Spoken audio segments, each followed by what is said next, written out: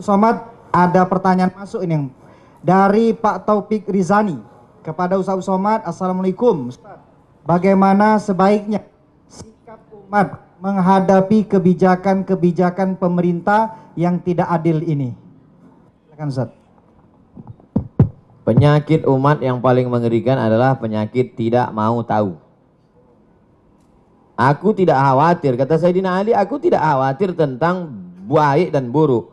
Karena memang dari dulu baik buruk ini ada. Ada Kabil, ada Habil. Ada Namrud, ada Ibrahim. Ada Fir'aun, ada Musa. Ada Abu Lahab, ada Muhammad SAW.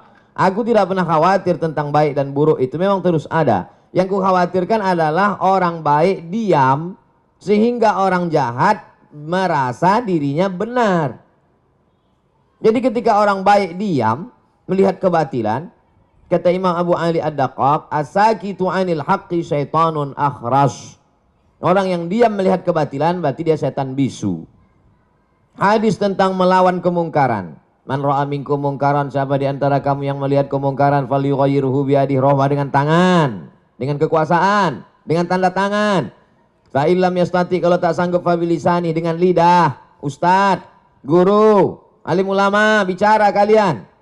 Fa illam yastati fa biqalbi, tak juga sanggup dengan hati. Tapi jangan lupa dengan hati itu wadzalika at'aful iman. Itulah selemah-lemah iman. Saya tidak dengan tangan karena saya tak punya kuasa. Tanda tangan saya tak laku. Dulu masih berlaku di KRS, sekarang tak jadi dosen pun tak laku lagi. Hanya untuk tanda tangan meresmikan masjid aja. Tapi kalian yang punya tanda tangan, kalian akan dituntut di hadapan Allah Subhanahu wa taala. Ingat wahai pemimpin bangsa, jabatan kalian tak lama tapi hisapnya super lama. Jabatan kalian sekejap tapi hisapnya amat sangat lama di hadapan Allah. Yauma yaqumul hisab, pada hari itu ditegakkannya hisab. Kalau dihitung-hitung usiamu sejak akil baligh 10 tahun sampai mati 63 tahun, kalau sampai tak sampai 53, potong 10, potong 13, tinggal 40 tahun. 40 tahun itu berapa kali kau menandatangani surat izin membuka perusahaan asing dari mulai nikel, batu bara, tanah, penebangan hutan, penggarapan. Dituntut kau ke pengadilan, kau menang juga karena duit kau banyak, bisa kau sogok pengacara, per detik bisa kau bayar. Tapi di akhirat, al-yawma nakhtimu ala afwahim, mulutmu terkunci, wa tukallimuna aydihim, tanganmu akan bicara. Inilah tangan yang dulu menandatangani persetujuan. Wa tashhadu arjuluhum, kakimu akan bersaksi. Sekarang orang bicara tentang integritas, berkarakter. Inilah integritas. Oleh sebab itu tanggung jawab kita adalah jangan diam melihat kebatilan. Kita negara konstitusional. Undang-Undang Dasar 1945, Pancasila, Negara Kesatuan Republik Indonesia. Maka dalam koridor demokrasi bicara. Kalau tersendat di parlemen, turun ke jalan. Turun ke jalan itu adalah bagian dari demokrasi. Kita bukan negara monarki, tidak lagi di kerajaan Sriwijaya. Kita bukan kerajaan Siak Sri Indrapura. Kita adalah negara Kesatuan Republik Indonesia. Apa pesan Bung Karno? Bagi yang tidak setuju, bicara di parlemen.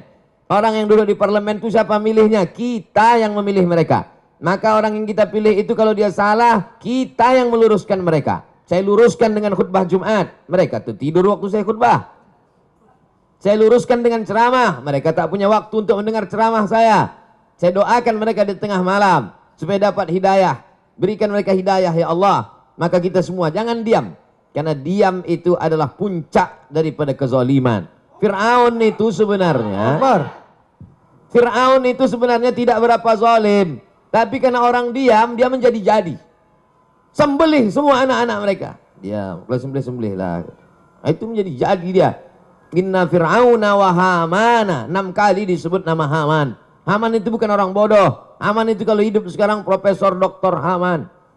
Cerdas dia, tapi kecerdasannya dipakai untuk menjunjung kekuasaan yang zalim. Umat ini dipuji Allah karena amar ma'ruf nahi mungkar. Kuntum khaira ummah. Kalian umat yang terbaik. Syaratnya apa? Ta'muruna bil ma'ruf wa tanhauna 'anil munkar. Oleh sebab itu dalam bahasa Islam, agama Islamnya amar ma'ruf nahi mungkar. Dalam bahasa konstitusinya adalah kritik membangun, berdebat di parlemen. Parlemen, parle itu bahasa Perancis artinya ngomong. Parlemen, tempat ngomong. Kau didudukkan di situ untuk ngomong, bukan untuk tidur. Oleh sebab itu maka habis sudah saya sampaikan. Mudah-mudahan sampai ke telinga mereka. Mereka tonton. Jangan lupa kalau kau tonton, subscribe, like, and share. Wallahu a'lam. Subhanallah, terima kasih Ustadz. Profesor, beliau ini profesor juga. Ya, jadi alhamdulillah, insya Allah apa yang disampaikan beliau ini menjadi penyemangat ya, penggetuk hati-hati kita. Ustadz, ada pertanyaan yang kedua ini dari M. Alvinus AR. Assalamualaikum Pak Ustadz Abdul Somad. Menurut Ustadz, langkah-langkah memperjuangkan kedaulatan energi yang sudah diambil oleh Serikat Pekerja Pertamina, apakah sudah tepat? Lalu yang kedua, kiat-kiat apa yang harus diambil pekerja Pertamina untuk mempertahankan Pertamina ini tetap 100% milik rakyat Indonesia? Silakan Ustadz. Kita punya pakar-pakar, pakar undang-undang tata negara, pakar undang-undang hukum segala hukum dengan berbagai macam cabang-cabangnya. Soan ke mereka, silaturahim ke mereka, presentasi ke mereka, datangi itu anggota-anggota dewan. Konstituen Bapak kami ini adalah orang yang Bapak duduk di situ, kami milih Bapak. Kami datang ini mau menyelamatkan Bapak supaya jangan sampai masuk neraka jahanam, Pak. Kami sayang sama Bapak. Maka dengan ini kami hadir, Pak. Dengan Ustadz minta sumbang saran, kontribusi, doanya. Dengan mereka tokoh-tokoh itu jelaskan, presentasikan. Itu bagian dari amar ma'ruf nahi mungkar. Banyak orang sekarang amar ma'ruf, ngajak zikir, ngajak baca Quran, ngajak i'tikaf. Banyak amar ma'ruf, ngajak ke Makkah, itu yang paling banyak, ngajak umroh. Tapi untuk mengajak, melarang orang dari buat kemungkaran ini, kenapa? Takut tersinggung, takut kena bully, takut kena caci maki, takut kena macam-macam. Takut kena kriminalisasi. Nah, itu. Oleh sebab itu saya sampaikan, bagi sahabat-sahabat pejuang-pejuang, dulu pejuang-pejuang ini mengangkat senjata untuk mengusir Belanda, Jepang, komunis. Hari ini kita tidak lagi berhadapan dengan Jepang, Belanda, tapi justru berhadapan dengan anak bangsa yang kulitnya seperti kulit kita, hidungnya pesek macam kita, bahasanya bahasa kita, tapi isi otaknya lebih parah daripada Jepang dan Belanda. Oleh sebab itu maka kuat-kuatkan hati. Ini hati kita ini bimbang, takut, cemas, ngeri sedap. Oleh sebab itu kata Allah, "Falyabudu rabb hadzal bait." Banyak-banyak ibadah, banyak-banyak berzikir, banyak-banyak baca Quran. Kalau kau buat banyak ibadah, falyabudu rabb hadzal bait, Allah balas dua. At'amahum min ju'. Kalau kau lapar dikasih Allah kau makan. Wa amanahum min khauf. Kalau kau takut diamankan Allah, dihilangkan Allah rasa takut dari dalam hatimu. Hidup ini singkat, tapi dengan singkat ini resikonya luar biasa lama. Nah, jadi apa yang saudara-saudara lakukan, konsultasikan kepada yang mengerti hukum, bagaimana jalur yang tepat. Bismillahi tawakkaltu 'alallah, la haula wala quwata illa billah. Niatnya adalah memperjuangkan harta benda milik rakyat, milik umat. Man mata duna malihi fahuwa syahid. Siapa yang mati membela harta bendanya, matinya mati syahid. Nah, itu Nabi yang ngomong begitu, bukan saya. Wallahu a'lam bishawab. Terima kasih Ustadz Abdul Somad. Tampaknya ada lagi pertanyaan, begitu antusias masyarakat Kota Palembang dan Sumatera Selatan menanyakan pertanyaan-pertanyaan ini. Datang lagi pertanyaan dari Haji Ian Suyanto. Assalamualaikum Ustadz Abdul Somad. Bagaimana caranya agar satu, pengelolaan negara mau melaksanakan amanat Undang-Undang 45 pasal 33. Lalu yang kedua, masyarakat mau memahami tentang bahaya privatisasi energi secara nasional. Lalu yang ketiga, ketika hati pemimpin masih dibuka oleh Allah Subhanahu wa taala untuk amanat, maka itu semoga ada keberkahan dan keselamatan bagi rakyat. Tetapi bila hati mereka tertutup, maka upaya apa yang bisa diperbuat oleh rakyat? Nah, ini yang ketiga, ini agak ngeri-ngeri sedap Ustadz. Silakan Ustadz. Bagaimana caranya supaya satu, pengelolaan negara mau melaksanakan amanat Undang-Undang 45 pasal 33 bahwa bumi, air dan segala isinya untuk dikuasai negara untuk kemakmuran rakyat. Bagaimana supaya mereka mau? Ya semua harus bicara. Anak-anak muda di kampus jangan diam saja. Dulu tahun 98 waktu saya masih mahasiswa sebelum ke Mesir, itu ketika mahasiswa diam dia itu dikirimi kolor sama BH dari Jakarta. Artinya bencong kalian, kenapa tidak bicara? Suarakan aspirasi, sampaikan, kalian kan mengerti. Mahasiswa itu kan membaca, mahasiswa itu yang paling bisa menyuarakan karena dia tidak punya kepentingan. Kalau perusahaan-perusahaan pimpinannya mungkin takut, kepala-kepala daerah mungkin takut banyak catatan dosanya. Tapi mahasiswa di mana letak? Kalau waktu jadi mahasiswa aja sudah tidak punya idealisme, apalagi nanti sudah menjadi pejabat.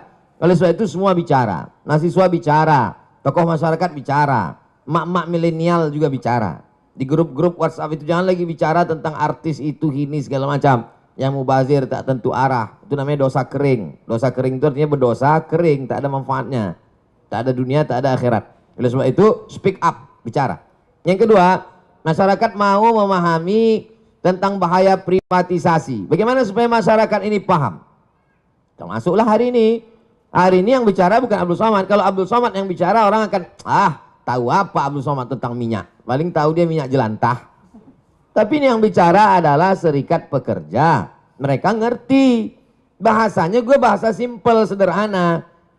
Bahasa-bahasa yang mudah dipahami masyarakat. Dosen-dosen di tengah komunitas Civitas Akademika, mahasiswa di kampus. Karena kampus itu otaknya. Kalau sudah otaknya rusak, ya error lah semua. Kampus itulah puncak intelektual. Dosen-dosen itu, guru-guru besar itulah orang manusia-manusia suci itu zaman dulu. Orang-orang yang bisa menulis baca zaman dulu itu diberi fasilitas khusus oleh raja-raja. Kenapa? Karena mereka lah orang-orang suci yang selalu memberikan aspirasi masukan. Jadi kalau mereka sudah diam, takut nanti tidak mengalir uang ke kampus, takut nanti tidak ada tunjangan, ini bahaya karena otak sudah rusak. Sengaja dijauhkan Allah, lambung itu jauh dari otak. Supaya apa? Supaya otak kita itu beda dengan otak-otak. Itu maka dijauhkan Allah Ta'ala. Nah, oleh sebab itu maka ini semuanya mesti sadar. Kesadaran nasional. Ada yang mengatakan taubat nasional. Orang taubat itu kan setelah sadar. Kalau nggak sadar gimana mau taubat? Ketika hati pemimpin masih dibuka Allah untuk amanan, maka semoga ada keberkahan dan keselamatan. Tapi bila hati tertutup, upaya apa yang diperbuat oleh rakyat? Tak ada doa lain, tak ada jurus lain kecuali ad-doa silahul mu'min. Doa. Ittaqu da'watal mazlum fa innahu la turad. Takutlah kamu doa orang teraniaya. Minyaknya diambil orang asing, dia disuruh beli minyak lebih mahal pula dari tempat asing itu. Pengelolaannya dikhianati, dia teraniaya, terzolimi. Jangan sampai kau tak mau berdoa. Panjatkan doamu di tengah malam saat orang lain sedang tertidur pulas. Kau sedang membangun sebuah hubungan dengan Allah secara khusus. Maka mintakan kepada Allah, berikan hidayah pada mereka ya Allah. Bina mereka ya Allah. Sudah bolak-balik tak juga kau bina, binasakan ya Allah. Jangan sampai binasa. Karena kita diutus, kata Nabi, lam ub'ats la'anan. Aku tidak diutus untuk memberikan laknat, tapi aku diutus wa ma arsalnaka illa rahmatan lil alamin. Mudah-mudahan yang punya kekuasaan, yang tanda tangannya masih laku, yang jabatannya masih hebat, diberikan Allah hidayah sehingga kekuasaannya, jabatannya itu menjadi rahmat untuk semesta alam. Terima kasih. Terima kasih Ustadz Abdul Somad. Ada lagi pertanyaan keempat. Jadi silakan pemirsa, saudara-saudara sekalian bisa diikuti di YouTube beliau, di DL Media, di Zoom yang sudah kita kasih, bisa berpartisipasi sore hari ini. Selanjutnya ada pertanyaan dari Imam Ahmad Zunaidi. Assalamualaikum Ustadz Abdul Somad. Bagaimana seharusnya sikap kami, para pejuang kedaulatan migas, agar hati kami tetap teguh dan konsisten memperjuangkan kedaulatan migas? Hati ini berbolak-balik. Nanti pas kumpul sama pejuang-pejuang migas, pas sedang berada di ruangan, semangat, semangat, merdeka. Begitu keluar dari situ letoy, loyo. Baru kena 3 kali, kena SMS macam kerupuk. Kerupuk kena air, habis. Tidak ada yang bisa membangkitkan semangat itu kecuali intern dari dalam. Yang ekstern dari luar ini tak ada. Intern dari dalam itu dibangkitkan. Bahwa perjuangan saya ini bukan untuk saya.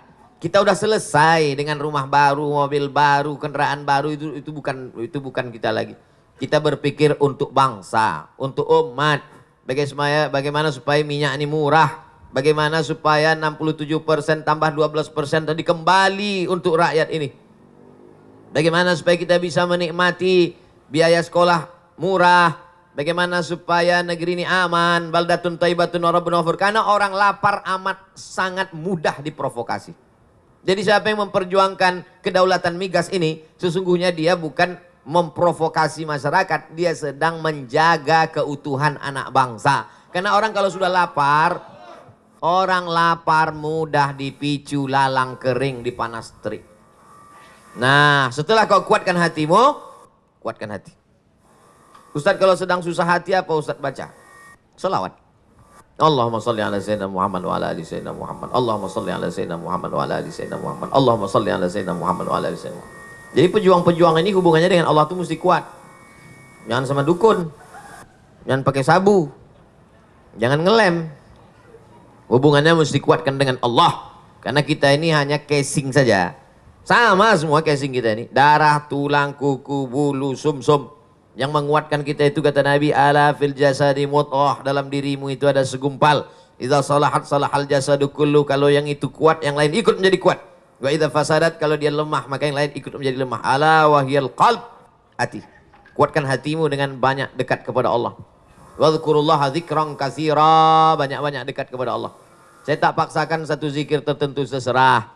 Mungkin kata mursyid tarekat dia zikirnya Allah Allah. Bagus, lanjutkan. Zikir asma zat tunggal. Allah, Allah, Allah, Allah, Allah, Allah, Allah. Ada pula yang dikasih gurunya afdal zikri fa'lam annahu la ilaha illallah. Bagus. Ada pula yang dikasih zikir asmaul husna. Ya qawi, ya qawi, ya qawi, ya qawi, ya qawi. Wahai engkau yang maha kuat. Ya qadim, ya qadim, ya qadim, ya qadim, ya qadim, ya qadim, ya qadim. Wahai engkau yang kekal abadi. Bisik sebelah.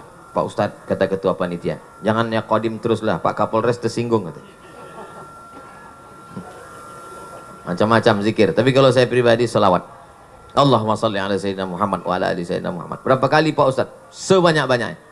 Siapa yang mengamalkan 100 kali, 500 kali, 1000 kali, bagus. Itu untuk latihan. Tapi puncaknya unlimited. Tak lagi dihitung. Jadi kalau gua kuat di dalam, hilang rasa takut kita.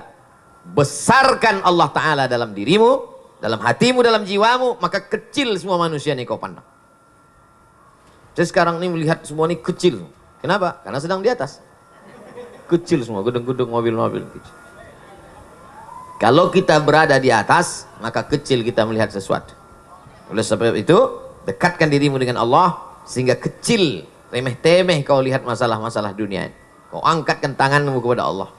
Allahu Akbar. Perjuanganmu, jihadmu adalah memperjuangkan migas, supaya balik kepada umat, balik kepada anak bangsa. Demikian. Subhanallah. Beliau tadi menjelaskan begitu komprehensif. Kalau tadi legislatif, kena nasihat, yudikatif, kena juga mahasiswa. Jadi bergerak bersama serikat pekerja ini bukan memprovokasi, kata beliau, tetapi menjaga. Bentuk menjaga inilah sesungguhnya yang harus kita berikan jempol. Artinya masih ada anak-anak bangsa ini yang peduli. Maka puncak intelektual adalah di kampus. Maka mahasiswa sebagai agen perubahan, ya juga harus ikut menyikapi. Tidak bisa hanya serikat pekerja atau hanya kelompok-kelompok kecil, tapi juga mahasiswa sebagai agen perubahan atau pusatnya intelektual harus ikut berpartisipasi. Karena apa? Ini menjaga kedaulatan, bukan hanya kepentingan Pertamina, tapi kepentingan bersama untuk anak cucu kita yang akan datang. Ustaz Abdul Somad, nampaknya masih ada pertanyaan Ustaz. Karena masyarakat Palembang dan Sumsel ini tampaknya tidak mau menyia-nyiakan waktu. Karena mereka tahu untuk nanya langsung ini susah. Maka kesempatan ini dipakai dengan sebaik-baiknya. Dari Basuki apa ini? Oh, Santoso ya. Saya kira Basuki yang situ nanti. Kepada Ustaz Abdul Somad, Assalamualaikum. Ustaz Abdul Somad, jika direksi, ini bicara direksi nih. Jika direksi atau pemerintah masih tetap memaksa keputusan IPO atau go publik gitu kan, atau menjualkan saham kepada pihak swasta, ya, subholding tadi, salahkah kami jika mengambil sikap demo, mogok kerja untuk memperjuangkan sikap perjuangan kami ini. Apalagi Ustaz Somad, saya kasih informasi, komisarisnya ini Pak Basuki. Ya betul. Ya, jadi apakah kami ini tidak salah langkah kalau demo mogok kerja untuk memperjuangkan amanat negara ini? Kami persilakan Ustaz. Sebetulnya pertanyaan ini mau minta label halal saja. Yang perlu dimintakan label halalnya itu kalau benda itu haram. Baru dimintakan label halal. Kalau bidang ekonomi namanya fatwa dari DSN, Dewan Syariah Nasional. Ini tidak terkait tentang masalah halal, haram, makruh, mubah. Tak kenapa lah saya lihat masyarakat ini sikit-sikit dibawanya ke halal haram, sikit-sikit ke halal haram, sikit-sikit ke halal haram. Ini kan tentang masalah konstitusi. Demokrasi. Kita tinggal di negara demokrasi. Cara menyalurkan aspirasi dalam dunia demokrasi itu bagaimana? Datang ke anggota dewan, salurkan. Ketika mentok, maka ketika mentok dilanjutkan dengan, nah itu. Jadi kita ini bukan monarki, kita bukan kerajaan. Dalam negara kerajaan, kalau orang melawan itu ditangkap. Tapi dalam negara konstitusi, Pancasila, demokrasi, maka kita dibenarkan itu. Tapi bukan dengan cara anarkis, bukan dengan menghancurkan. Tapi untuk menunjukkan, di Malaysia namanya unjuk perasaan. Karena perasaan kita itu di dalam, mau kita tunjukkan. Udah kita tunjukkan bolak-balik ke pakar-pakar, mereka pun sebetulnya dalam hati mereka, aku takut, turun aja lah kalian katanya. Sebetulnya gitu mereka. Nah itu, jadi dapatlah dipahami dari yang saya sampaikan tadi. Saya tidak bawa-bawa hukum halal haram makruh mubah menurut hadis Rasulullah, menurut ayat Al-Quran. Nanti begitu kata saya, kata yang tak setuju, dia pakai ayat, akhirnya perang ayat. Jamaah ini bingung, nggak jadilah Pak Ustadz. Kita pakai saluran demokrasi. Cara menyalurkan aspirasi dalam negara demokrasi, 2 jalur. 1 jalur melalui legislatif parlemen, bicara mereka di sana. Mentok di parlemen, pakai jalur 1 lagi. 2 jalur. Kenapa tak dipakai 2-2? Mubazir. Jelas. Bagi yang cerdas bisa jelas. Kurang cerdas, makan otak-otak. Wallahu a'lam. Jadi 2 jalur itu yang harus kita tempuh. Melalui parlemen, ada juga demo atau bahasa aktivisnya parlemen jalanan. Dua-duanya dijamin oleh negara karena itu adalah hak demokrasi berbicara di muka, menyampaikan pendapat di muka umum. Jadi saya kira apa yang disampaikan beliau tadi clear dan jelas. Jadi bukan persoalan boleh atau tidak, haram atau halal, tapi kondisi seperti ini 2 jalur itu dilindungi oleh negara. Selanjutnya Ustadz Abdul Somad, ada pertanyaan dari Riki Jaya. Politik negara sangat mahal, sehingga yang terpilih selalu berpikir balik modal. Kalau seperti ini terus, akan susah negara ini maju.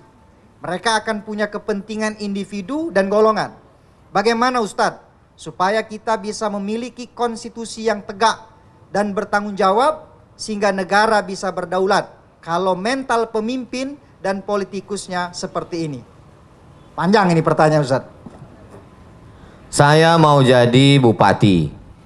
Misal, bukan saya mau jadi bupati. Kecil kali lah bupati itu. Saya mau jadi bupati. Anggota legislatif di kabupaten itu 50 orang. Maka saya sogok 1 anggota dewan itu 1 miliar. Pilih saya. Maka cukup modal saya 50 M. Duduk. Itu kalau pakai sistem dulu. Dipilih oleh anggota dewan. Sekarang high cost. Biaya terlalu tinggi. Kenapa? Karena yang mau dikasih duit ini tidak hanya anggota dewan yang 50. Semua. Grup pengajian ibu-ibu kali 50 jilbab. Yang ini jilbabnya bergambar, yang ini tidak. Grup-grup anak muda mesti belikan net poli. Yang minum-minum kasih pula lagi minum. Ini setiap turun ke bawah. Jadi high cost. Lebih dari 50 M. Ini sekedar gambaran saja. Mau dipakai lewat cara pemilihan anggota legislatif, tetap berbiaya. Mau dipilih masyarakat langsung seperti sekarang, lebih tinggi high cost dan gesekannya juga. Antara kepala sekolah dengan guru beda pilihan. Antar imam sama makmum salah ayat. Itu jadi memang kos gesekannya kemana-mana. Jadi solusinya gimana Pak Ustadz? Solusinya tidak lain tidak bukan adalah perbaikan ekonomi. Kalau ekonomi masyarakatnya mapan, itu duit-duit sawer tuh nggak mempan. Pertama perbaikan ekonomi, yang kedua kesehatan mental masyarakat. Jadi masyarakatnya itu sehat ya secara mental, otaknya itu sehat, badannya itu sehat. Sehingga ketika dia dikasih dia berpikir panjang. Saya terima sekarang 100.000, saya pilih orang begini untuk apa? Itu. Sekarang karena dia lapar, dia tak sempat mikir. Orang lapar tuh nggak bisa berpikir. Diajak berpikir error duluan dia. Nah, oleh sebab itu maka lagi-lagi dua ini.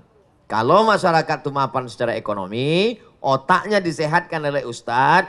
Ustadz dari mimbar menyampaikan, Iqna' bima qasamallahu laka takun aghnan nas. Merasa cukuplah engkau dengan pemberian Allah, maka kau menjadi orang yang berkecukupan.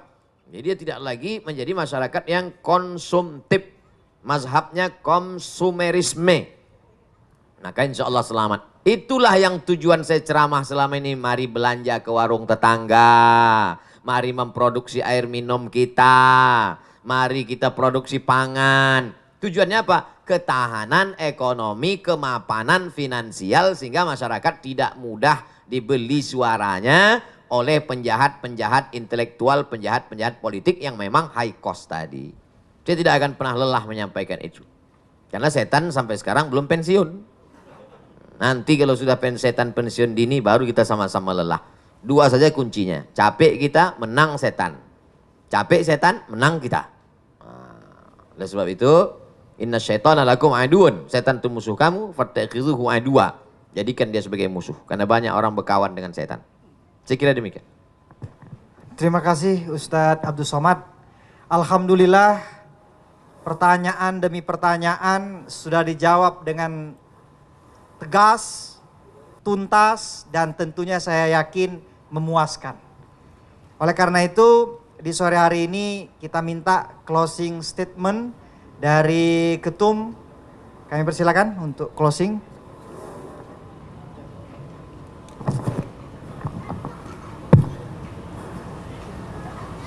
Baik, terima kasih Pak Ustadz atas pencerahan dan juga diskusi pada sore ini.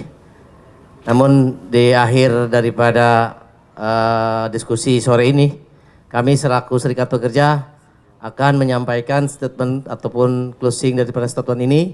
Yang pertama, apakah kita akan menuju ketahanan, kemandirian atau kedaulatan energi?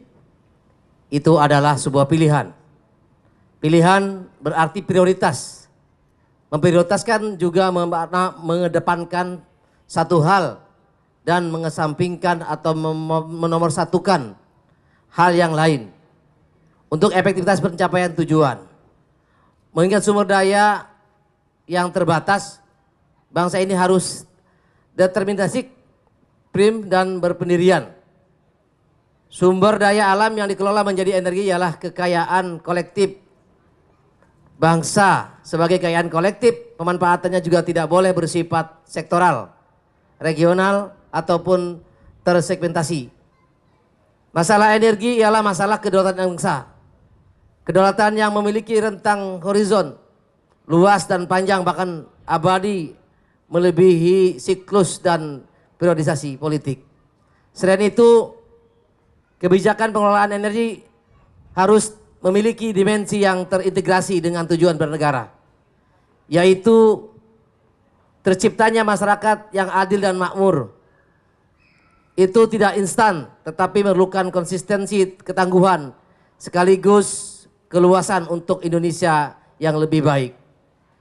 Dan juga Pak Ustadz, pada saat ini juga Serikat Pertamina Persatu tengah bertujuan dengan mengajukan judicial review ke MK, ke Mahkamah Konstitusi terkait pasal 33 ayat 3 dan 2 dan 3 Undang-Undang 45, dan juga berjuang di Pengadilan Negeri Jakarta Pusat dalam upaya penyelamatan aset terbaik bangsa ini.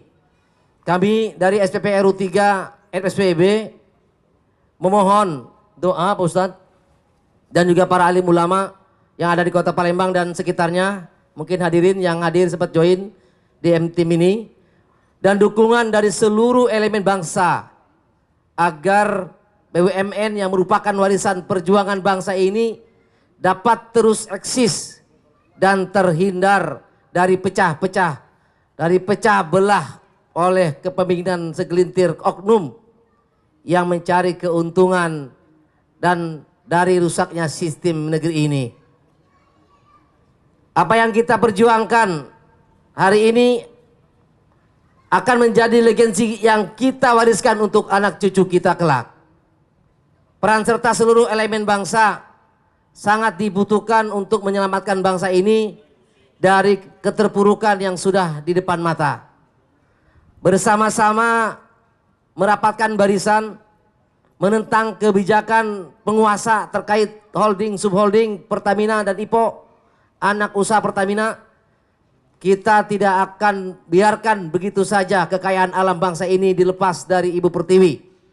Karena ini adalah amanat Undang-Undang Dasar 1945 pasal 33. Takbir, Allahu Akbar. Mungkin itu statement dari sikap SPP RU 3 Pertamina Refinery 3 Pelaju untuk berharap kepada alim ulama memberikan doa dan supportnya. Terima kasih kepada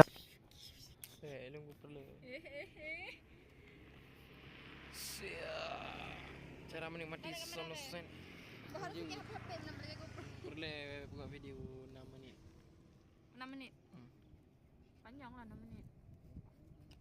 Habis baterai 5%.